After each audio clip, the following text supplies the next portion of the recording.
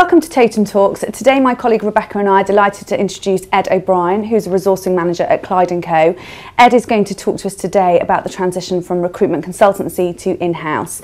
Ed, it would be really helpful just to understand your background, your career background, before we launch into the move that you made. Okay, well I started off life as a lawyer. So I trained and qualified with a firm called Cameron McNair, worked as a corporate lawyer for about a year. And then I moved into a legal recruitment role with a firm called Taylor Root. I was with Taylor Root for some time, worked over in their Hong Kong office for 3 years, and then came back to London and I joined a US search firm where I worked for a few years before I then chose to take a year out and travel. And then on coming back to the UK, I decided to move into the resourcing team of Clyde & Co. So now I'm doing the internal resourcing for a law firm. Ed, would you be kind of to describe your role to us at Clyde & Co, please? So I work in the resourcing team, which is a dedicated resourcing team with 3 people and an administrator. I deal with the fee earners in London and partners in Manchester, and essentially deal with the end-to-end process of the whole recruitment process.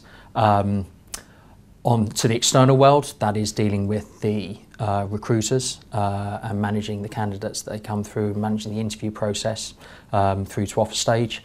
On the internal side, that involves liaising very closely with the partners at the initial stage of working out the business case for hires, obtaining sign-off from the senior management for hires, and also advising the partners in respect of different sort of resourcing methods, whether there's a need to go to the external market or whether we can look to see whether there's any resources within the organisation that can be used as well. And have you found that, having been on the other side of the fence, going in-house is hugely different? It's been able to help. What have your perceptions been? I mean, I've really enjoyed the transition. I think you are much closer to the business. I think one of the things that I was quite surprised when I made the move was the additional responsibilities and areas that you need to work in. As a recruiter, it's very much transactional role. It's very much you need to get candidates in there to fill the role. And I think a lot of recruiters perceive the in-house role as just essentially transacting that from the other side. But actually there's an awful lot more to it. You do have to liaise an awful lot with the senior management and the partnership, obviously with partnership structures being much larger than a lot of recruitment organisations. You know, there's an awful lot more I suppose, of a bigger organisation having to deal with that. So there's a lot more coordination, which it can be quite timely. Do you think you've been able to bring elements to the role, having had experience of working outside as a recruitment consultant, that perhaps you wouldn't have been able to if you'd only just grown up in an in-house role?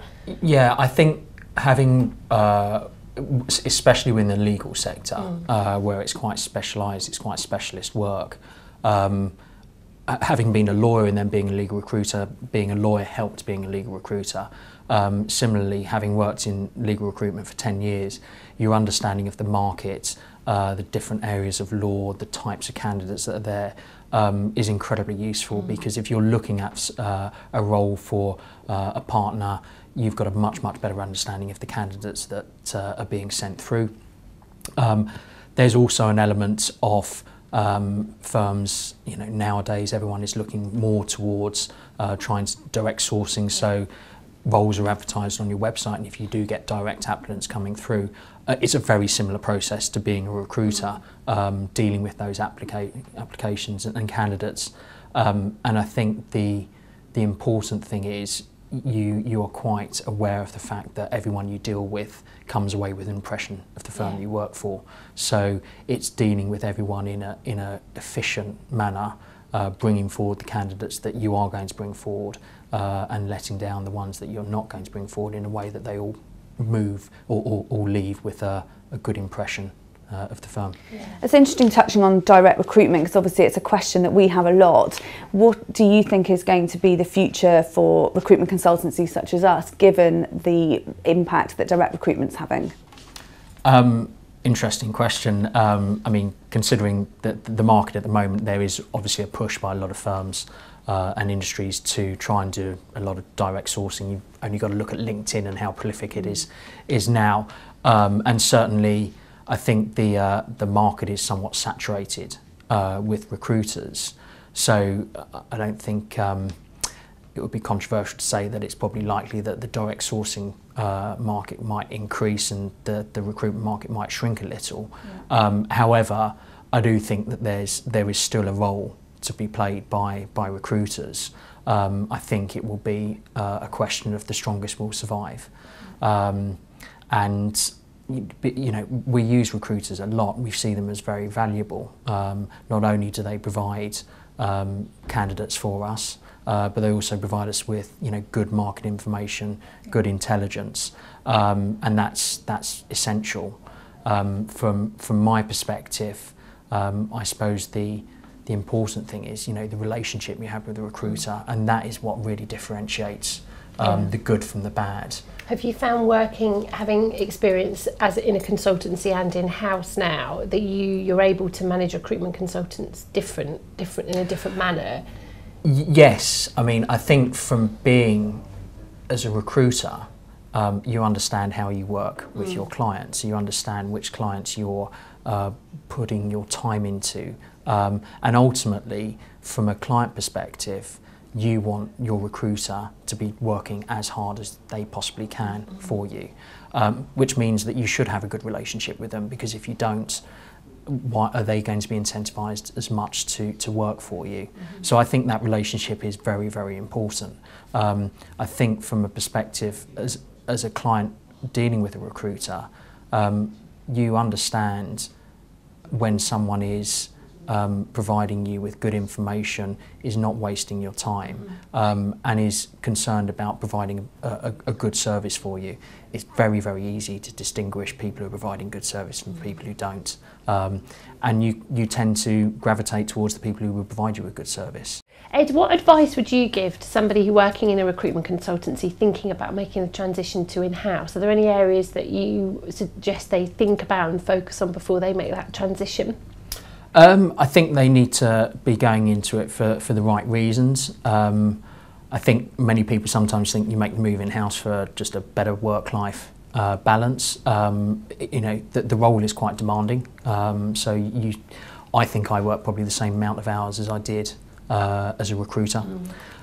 So I think you need to be looking at it from the reasons of why you want to do it. I think reasons are getting closer to the business and understanding a lot more how the business functions, and looking to add value from an internal perspective. I do think that potentially the resourcing function within organisations has grown and will continue to grow, and with that I would hope that there will be a lot more opportunities will come up for people who make the move over. So I think, you know, it's an interesting area to be going into now. I think in 10 years' time, if we're sitting here again, we'll be talking a slightly different game, and hopefully that will be for the internal recruiters, that will have been an improvement. Yeah, offers obviously a very good career path for people. I think it does, yeah. Especially with the growth and the move towards trying to direct source more people, and having to deal with you know, looking at resourcing from a more of a recruitment perspective, in respect of looking at, you know, what the pipeline of candidates, what's happening in the market, and being really aware of that. Yeah, you can have quite a big impact, can't you, on the business? Yeah. Sounds good.